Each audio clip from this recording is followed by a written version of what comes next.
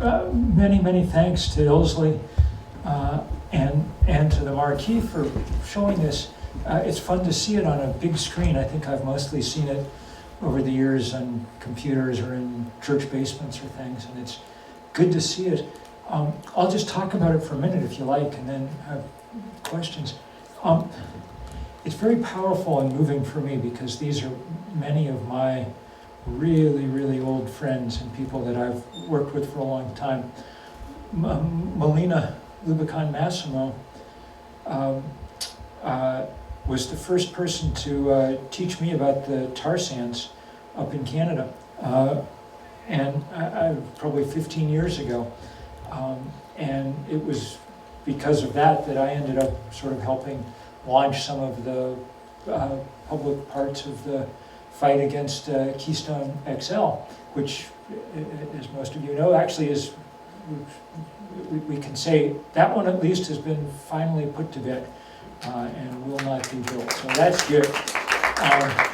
And Brian Paris down in Houston is a remarkable guy, and I get down there whenever I'm down there.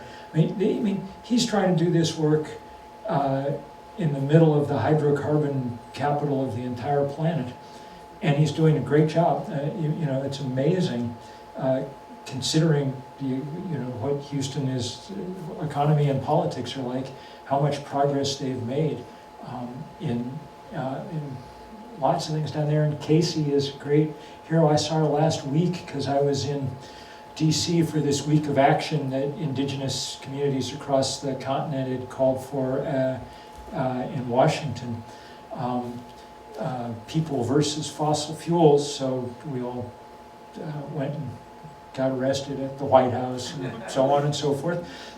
And the beat goes on. You know, we win some of these fights and we lose some of them. At least for the moment, we've lost this fight over Line 3 through northern Minnesota, another big pipeline.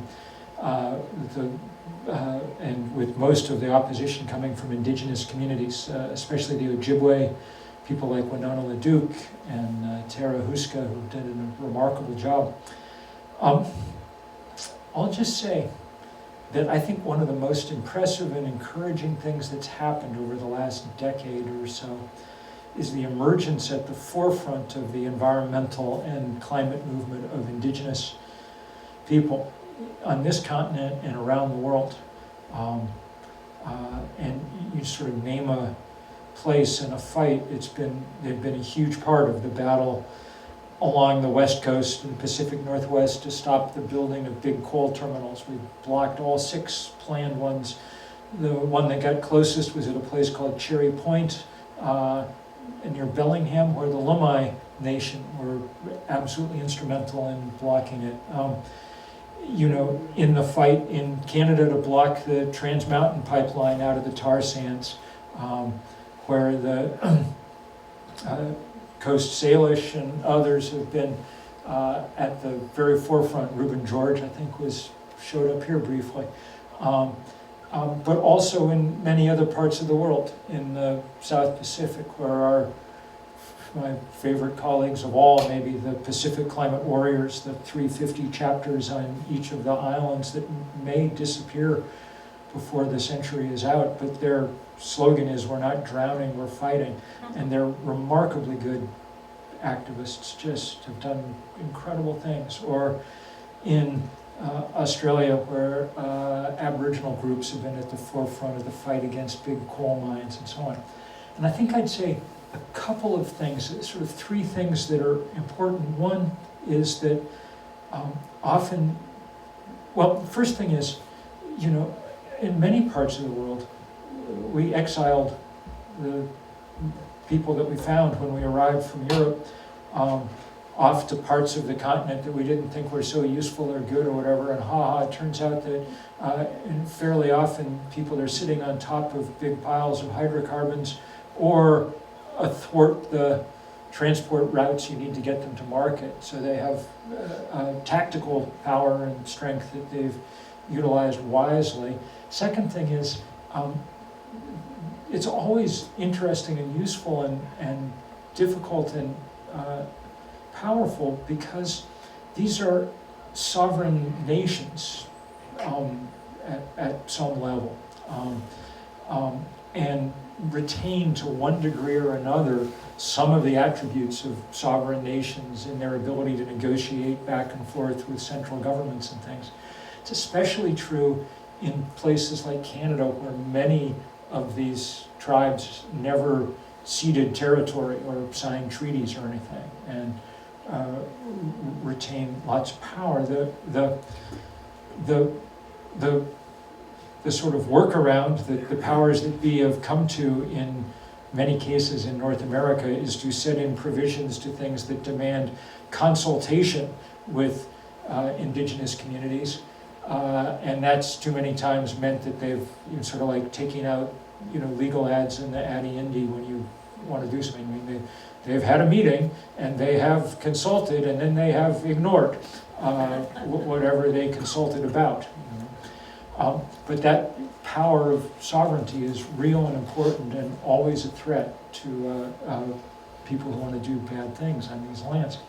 The third thing, and maybe most important, that I would say is just that it's, and there was a lot of this in the movie, but to say it explicitly, it's very good to see the oldest wisdom traditions on the planet and the newest wisdom traditions on the planet in synchrony. That is to say, when it comes to something like climate change, the vision from the sweat lodge and the vision from the supercomputer or the satellite are very similar in their in their bottom line. And what they're basically similar about is reminding the rest of us that our conventional idea of the world, that we're just going to keep growing the economy ever bigger and so on and so forth, is probably nonsense. And so I think it's an extremely powerful moment to have those worldviews meshing in interesting ways. And it's always interesting to see who else is sort of along for the ride, and how it's changing. Despite the fact that the Catholic Church was one of the great colonizing forces in the world, the Pope has now become a strong advocate of working with indigenous communities, and Laudato Si', his great encyclical on climate change, is a very powerful critique in much the same voice you were hearing from all these people tonight. So it's an interesting moment, and I can tell you that there are, in certain ways, the high point of it all was, in visual terms, was at Standing Rock in the Dakotas, which really was an amazing moment, and a thing I felt very privileged to get to see and be a part of. But it continues everywhere now, and I don't think it's.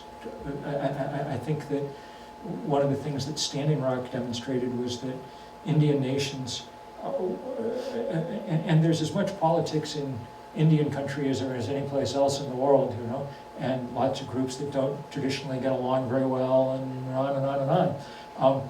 That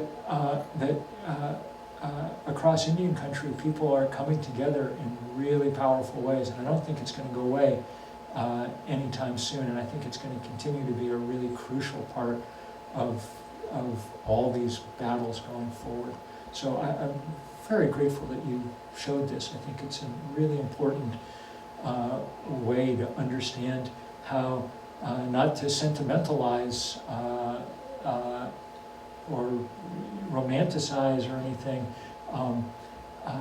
the indigenous contribution here, to put it forward in its most plain way as a really crucial part of the fight for a workable future. So if people have questions, I'll try to answer them. I got to work a little bit on putting this movie together, and I wish Clement was here. He's a good guy, the director, but it was really fun to get to watch it take shape. If you guys just raise your hand, I'll let Mr. McKibben just call on you. Phil. Shout out. Phil, okay. Bill, can you repeat the questions too, please? Yes, if there are. Yeah, hey Bill. When you were saying about these viewpoints emerging, what I thought you were going to talk about was sort of the view of the older generations and a view of the younger generations learning. I saw that coming through in the film, certainly, with the activists that were profiled. I want you to talk a little bit about that as well. It's a really good question. And it's actually, so the question's about like the merging of older and younger generations and viewpoints too. And I think it's really important. You know, I'm doing a lot of work these days.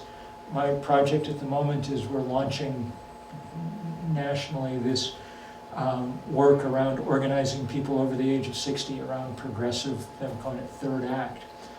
And Penny Opal Plant, who was briefly in this movie, and Robin Wall Kimmerer, and a number of other really interesting Native leaders who've been a big part of the planning.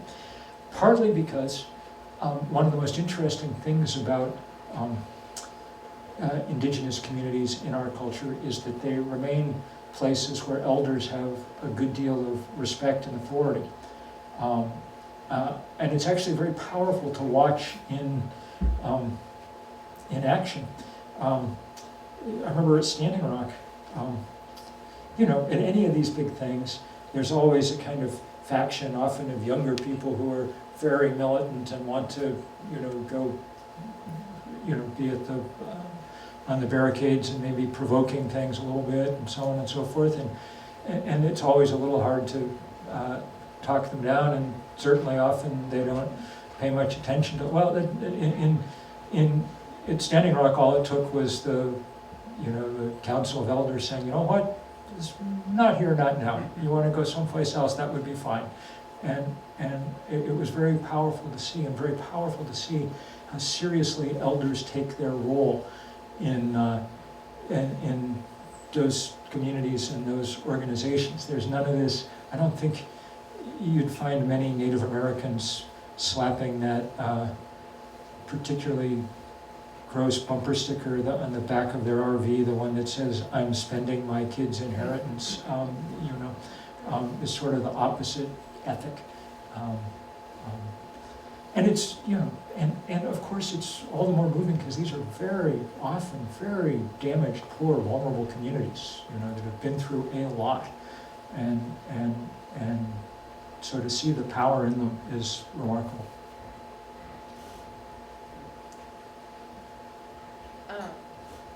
Go ahead, Doug. I guess I'm hearing, as much as there's depressing things in this movie, it feels like a movie of optimism, and I'm just wondering what makes you think things are any better. I mean, 30 years ago, I'm originally from British Columbia. 30 years ago, we had 700 people arrested in Clackamas Sound. Prior to that, the Indigenous people themselves have been doing things. Now we have Fairy Creek, where 1,000 people have now been arrested. We have the Wet'suwet'en blocking the Trans Mountain National Pipeline on their lands, getting arrested and beaten up by the RCMP. 30 years ago, Smith College sponsored an industrial lands and Indigenous Peoples Conference, and Indigenous people, including Winona LaDuke, came from all over the world. So nothing happened.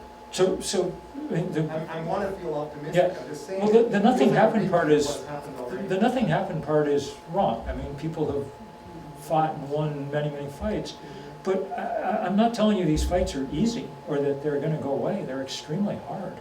I mean, think about something, like the Keystone Pipeline or something. It's a small band of people with no particular power taking on the single most powerful corporations in the world. The people who are the big investors in the tar sands are Exxon, the Koch brothers, Total. Sure, these are the most powerful political players on the planet. That we were able to win even one of these fights is astonishing, but we've won a ton of them. I mean, 10 years ago there were supposed to be 170 new coal-fired power plants built in this country, and none of them got built over the last decade. We've banned fracking in, New York State at the headwaters of the Marcellus Shale, and in a bunch of other places. So tomorrow we'll announce that the divestment campaign from fossil fuel has reached $40 trillion in endowments and portfolios that have divested, which is bigger than the GDP of the US and China combined. So it's not that people haven't been doing things and haven't been, and it's not that given time we won't win this fight, we will. The momentum is clearly on our side. The problem is just time. Climate change in particular is a time test. And if we don't win it quickly, then we don't win it. Winning slowly is just a different way of losing on climate change, because you pass these series of tipping points from which there's no effective return. And we're already past some of them. You know, most of the sea ice in the summer Arctic is melted, so there's, you know, no longer as much of a heat differential between the poles and the tropics, and that's why the jet stream gets stuck in these weird ways. And it's why the Gulf Stream is diminishing in its flow. I'm not telling you we're going to win. I'm just telling you there's a really good fight on underway, and so join in, you know, and we'll see what happens. Our odds go up the more people there are. Would be my reading of the history of these kind of fights. So can you expand on the join in part? I feel here in Vermont, I feel personally a little bit removed from the big fight. I feel like I'm a little bit far away from it. And so Well, how do you get involved? Sure. So, so first of all, there are plenty of parts of the big fight that are going on here in Vermont that we should be a part of. For instance, unlike the state of New York, the state of Maine, and the province of Quebec, our state pension fund is still heavily invested in fossil fuel. And the state treasurer refuses to do anything about it. So, you know, contacting Beth Pierce and your legislators and things to tell them to do it would be a good thing. But that's why we have set up now these, you know, sort of organizations that are able to work both locally and on a national and global scale. So, like 350 VT does great work here in Vermont, and then when, you know, big moments come up where we need everybody on board, you know, they're able to coordinate that too, and that's why we're starting this third act thing, so that older Americans like me are have a way to sort of connect directly in if they're not feeling at the moment connected in. But that's a really good question. It's one of the reasons why the divestment thing was so interesting and important. I just was sitting in the back finishing up an op-ed for the Times for tomorrow about the divestment stuff, and one of the things I was saying was that, you know, most of us, certainly in Vermont, don't live near an oil well or a coal mine, but we all live near a pot of money, you know, and that's a hugely important way to be able to influence these fights. And everybody you saw up there, beginning, you know, right up to my wonderful and dear friend Reverend Yearwood, who was out there with his cap on and his collar on, excoriating everybody in front of the White House, have been, you know, absolutely key to those fights. But it's all very linked up. I mean, you know, we started 350.org over at the college 12 years ago, and Melina was on the board for years and years and years, the national and the global board of 350. So it's all, people are tightly related. How can we join the older movement? How can you join Third Act? It's so easy. You just go to thirdact.org and hand over your information, and then you'll be on, you know, you'll be fully enrolled. And in fact, and then, you know, at a certain point you can get the T-shirt too. You can tell it's real because there's a T-shirt. So,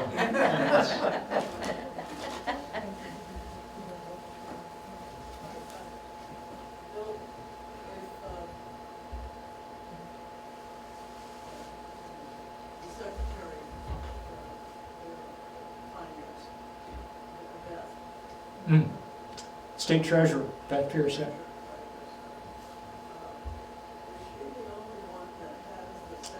No.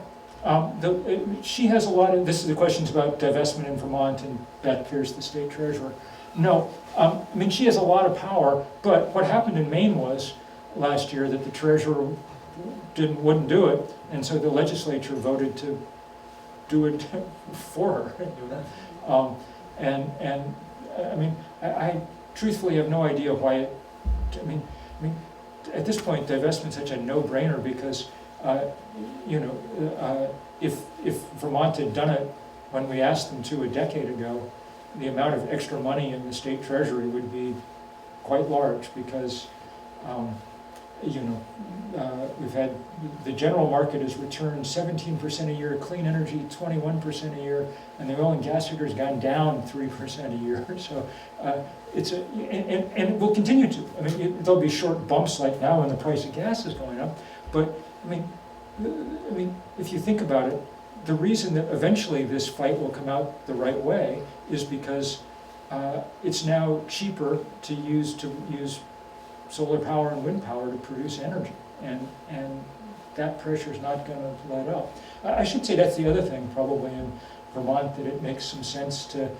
I just wrote a piece that Angela reprinted in the paper about how the State Public Utilities Commission has taken to turning down solar panels solely on aesthetic grounds, which doesn't strike me as reasonable at this point, but there you are. Can you explain more about how the pricing of oil is going to change and how that's going to affect the fight? Sure. And about, especially the trial in the video where I think a $17 million tax break was given, Yeah. even though the environmental Yeah. health evidence seems to be more than enough. Yeah. So at this point, so what's happened in the last decade is the price of renewable energy has gone like this, fallen by an order of magnitude, 90%. The engineers have really done their job. And it will continue to go down, because if you think about it, you know, it's not a, all you have to do is just keep putting up solar panels and wind turbines, and once you do, then the energy is delivered free every morning when the sun comes up, okay? And which is precisely the reason that Exxon et al. Hate it so much. I mean, from their point of view, that's the stupidest business model you could possibly imagine, because they've spent a century having people write a check every month for the next installment of their energy, you know? And so that dive is going to continue because every time, at the moment, every time we're doubling the capacity, we're dropping the price about 30% because the learning curve is still so steep. Whereas the exact opposite thing's happening with fossil fuel. Now if you want a barrel of oil, you can't just go poke a hole in someplace in Texas and it comes, you know, Beverly Hillbillies kind of gushing out of the ground. Now you got to be able to drill 3 miles beneath the surface of the ocean or something like that.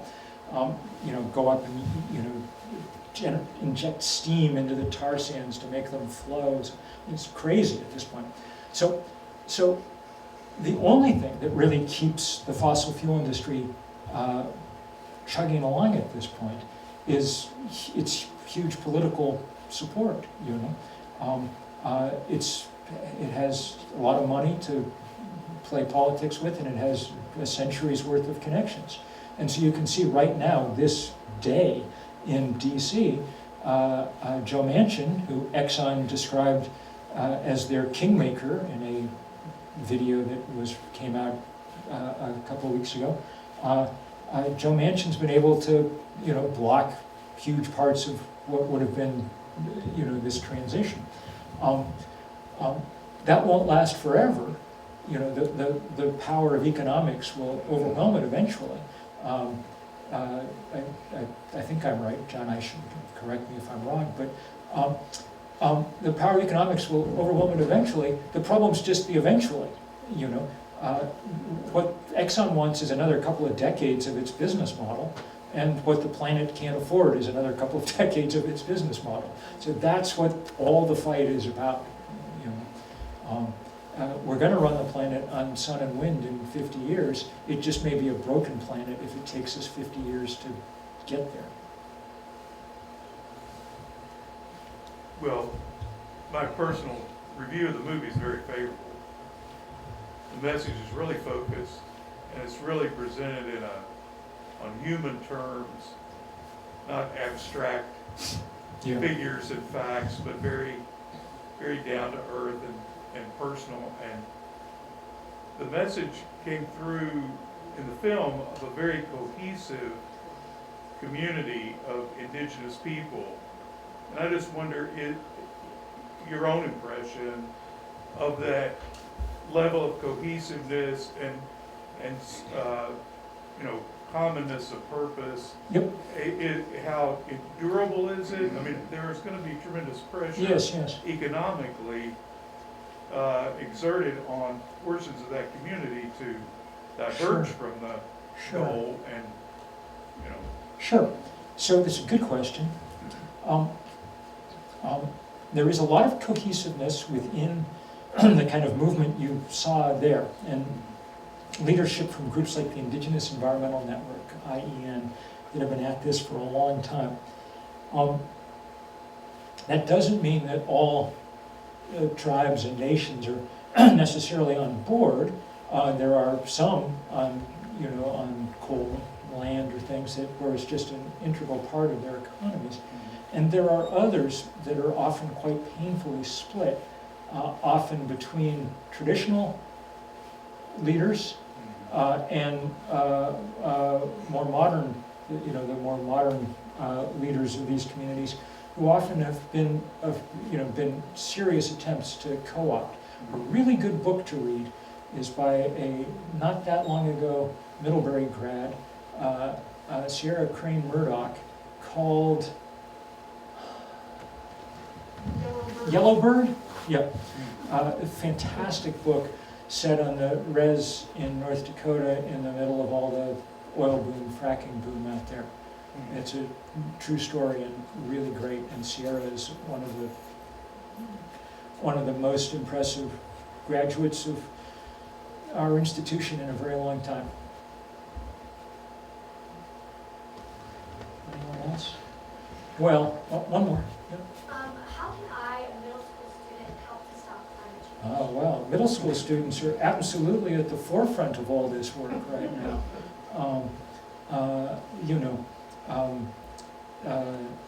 It was a 15-year-old, Greta Tunberg, who really became one of the crucial voices. But the real, and Greta, who I love, and is one of my favorite people and who I love working with, she'd be the first to tell you that the good news is there's like 10,000 Greta Thunbergs around the planet and 10 million followers. I mean, junior high school, middle school is where a lot of the action is. Join up with the group, check out a group called the Futures Coalition, or Fridays for the Future US, or things that's precisely, these are mostly people pre-college or sometimes in college, and then once you're out of college, the next step is the people in the Sunrise Movement, which is all people in their 20s, who are the main reason that we're even debating this good climate legislation right now before Congress. So I don't worry at all about 15-year-olds, and I have a few more worries about 65-year-olds and how engaged we're all going to be in this fight. But we're Friday in several places around the country. We've got older people and younger people joined together to be protesting outside and inside branches of Chase Bank. The Futures Coalition called for this, and then we immediately hopped on to help them. And it's a perfect example of that kind of intergenerational work. Chase Bank's the biggest lender to the fossil fuel industry. They've lent them about $1/3 of $1 trillion since the Paris Climate Accords were signed. They did not need Donald Trump to sabotage the whole thing. They were happy to do it themselves.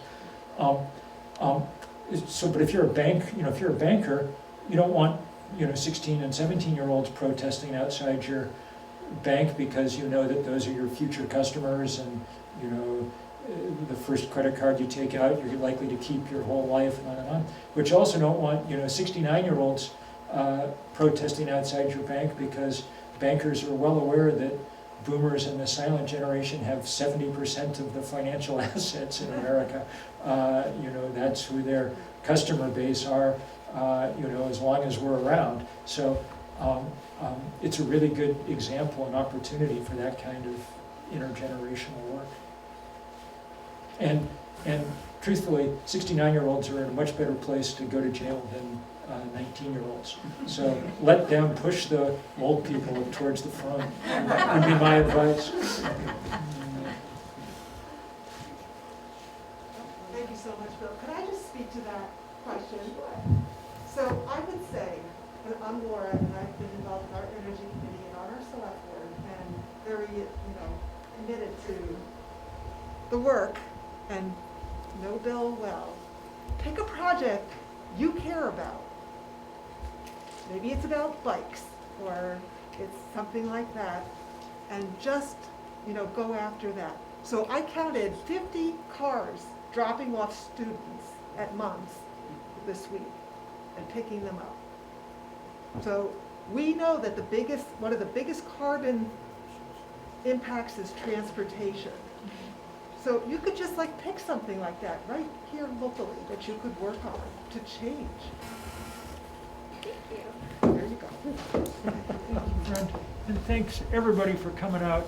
Just really do keep these people that you saw in your hearts, because they're working against great odds, and they're doing it in good spirit. So on we go. Thank you, Bill. Many thanks.